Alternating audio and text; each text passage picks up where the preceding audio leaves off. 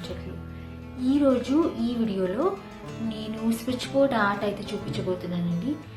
చాలా రోజులుగా నాకు స్విచ్ బోర్డ్ ఆర్ట్ పైన కొంచెం ఇంట్రెస్ట్ ఉంది.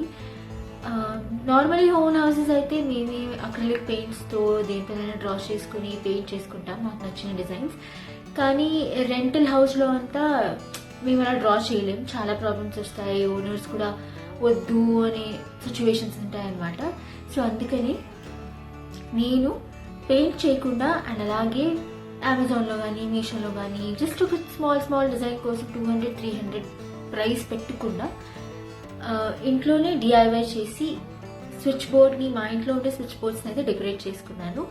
సో నేను ఇలా డెకరేట్ చేసుకున్నాననే ఐడియా మీతో కూడా ఈరోజు షేర్ చేయబోతున్నాను. హౌసెస్ని రెంటల్ ఫ్రెండ్లీగా డెకరేట్ చేసుకోవాలి అనుకునే వాళ్ళకి మేబీ ఈ వీడియో ఎంతో కొంత హెల్ప్ అవుతుందని అయితే అనుకుంటున్నానండి. మరి నేను మా స్విచ్ బోర్డ్ని ఎలా డెకరేట్ చేసుకున్నాను అనేది చూసేద్దాం రండి.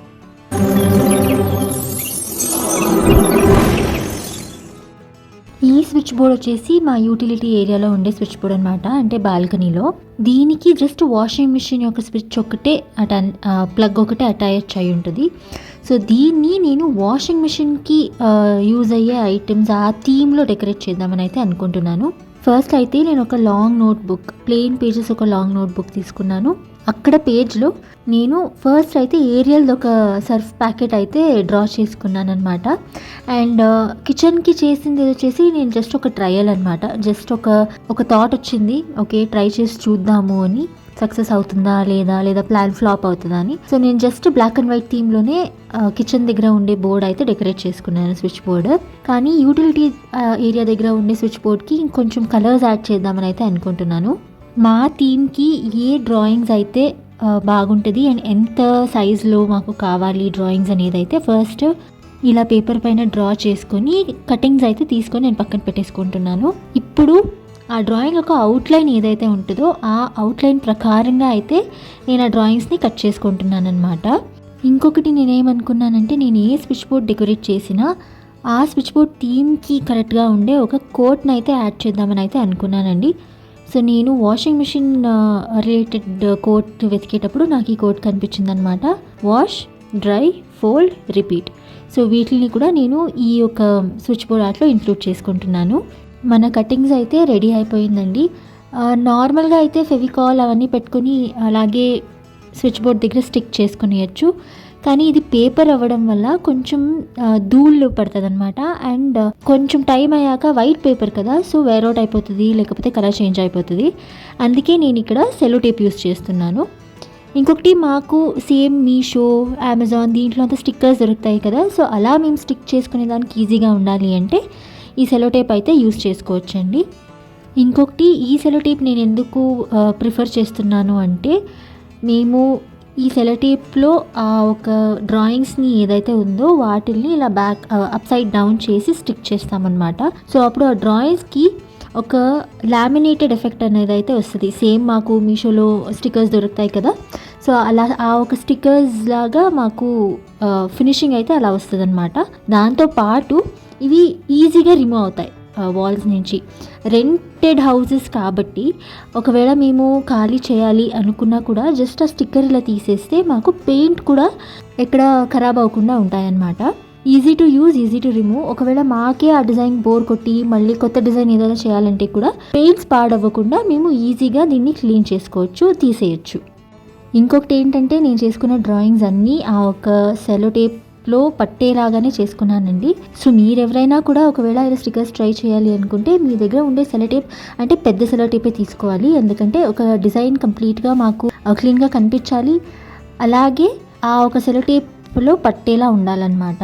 చాలా పెద్ద డిజైన్ కూడా చేసుకోవచ్చు, అప్పుడు మేబీ 2 to 3 సెలో టేప్స్ ఒకేలాగా పెట్టి స్టిక్ చేయాలనుకుంటా. నేను అది ఇంకా ట్రై చేయలేదు. ట్రై చేసినప్పుడు మాత్రం తప్పకుండా అప్డేట్ కూడా నేను మీకు ఇస్తాను. నేను చేసుకున్న డ్రాయింగ్స్ అండ్ కటింగ్స్ అయితే నేను ఇప్పుడు ఇలా డెకరేట్ చేసుకుంటున్నాను అనమాట మా స్విచ్ బోర్డ్ దగ్గర. జస్ట్ ఏదో డ్రా చేసేసినాం, ఓకే కట్ చేసేసుకున్నాం, ఇప్పుడు స్టిక్ చేసేద్దాం అని అంటే కొంచెం మెస్సీగా అయిపోతుందండి. డ్రాయింగ్ ఎంత బాగా చేస్తామో అంతే బాగా సెట్ చేయడంలో కూడా ఆ ఒక స్విచ్ బోర్డ్ ఆర్ట్ అనే దానికి ఒక కంప్లీట్నెస్ వస్తుంది అనమాట. ఇక్కడ నాకు సాటిస్ఫాక్టరీగా ఉంది. నేను అసెంబుల్ చేసుకుంటా ఉండే విధానం మీకు నచ్చిందా లేదా అనేది తప్పకుండా నాకు కమెంట్ సెక్షన్లో తెలియచేయండి. ఇప్పుడు వచ్చేసి నేను మా సెకండ్ స్విచ్ బోర్డ్ అయితే డెకరేట్ చేస్తున్నాను అనమాట. అండ్ ఇది వచ్చేసి వాష్రూమ్ దగ్గర ఉంటుంది, కామన్ వాష్రూమ్ దగ్గర. నేను ఇక్కడ కూడా ఒక కోట్ ఇంక్లూడ్ చేస్తున్నాను, వాష్ యువర్ వరీస్ అవే అని. యాక్చువల్లీ ఇది నాకు లాండ్రీ స్విచ్ బోర్డ్కి దొరికిన కోట్ అనమాట. కానీ నాకెందుకో అది వాష్రూమ్ దగ్గర బాగుంటుంది అని అయితే అనిపించింది అనమాట. అండ్ ఇంకొకటి, వాష్రూమ్కి టెంప్లెట్స్ వెతకాలి లేదా డిజైన్స్ వెతకాలి అంటే చాలా కష్టం అండి.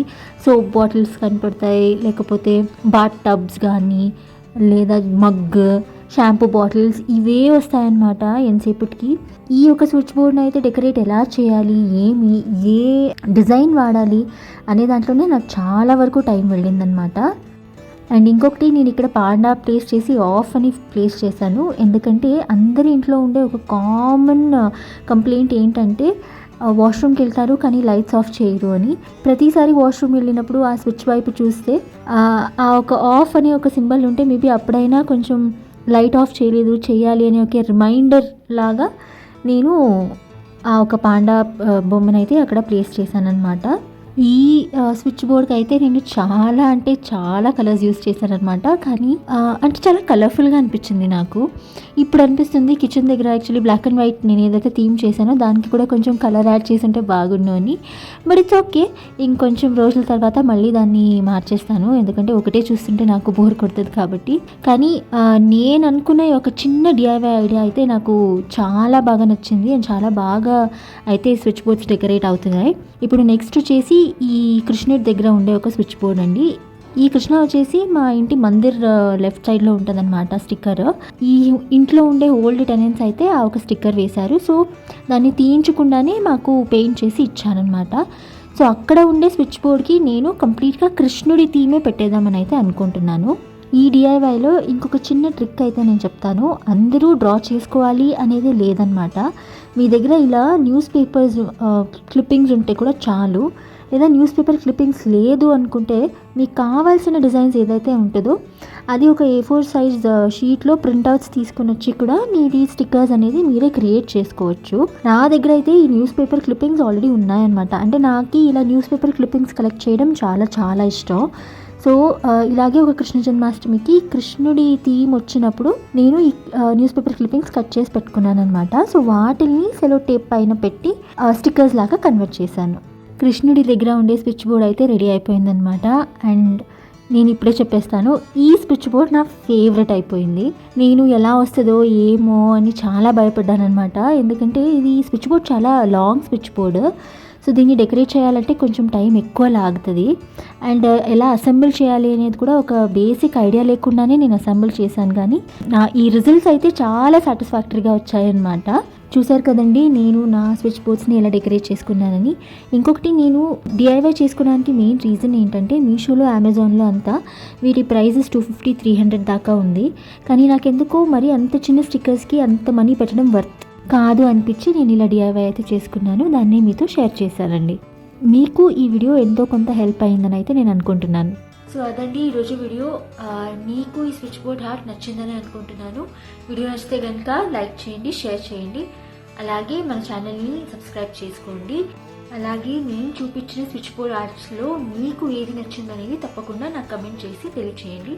చాలా స్విచ్ బోర్డ్స్ ఉన్నాయి ఇంకా డెకరేట్ చేయాలి. సో వాటికి కూడా ఐడియాస్ ఉంటే తప్పకుండా నా కమెంట్ సెక్షన్లో షేర్ చేయండి.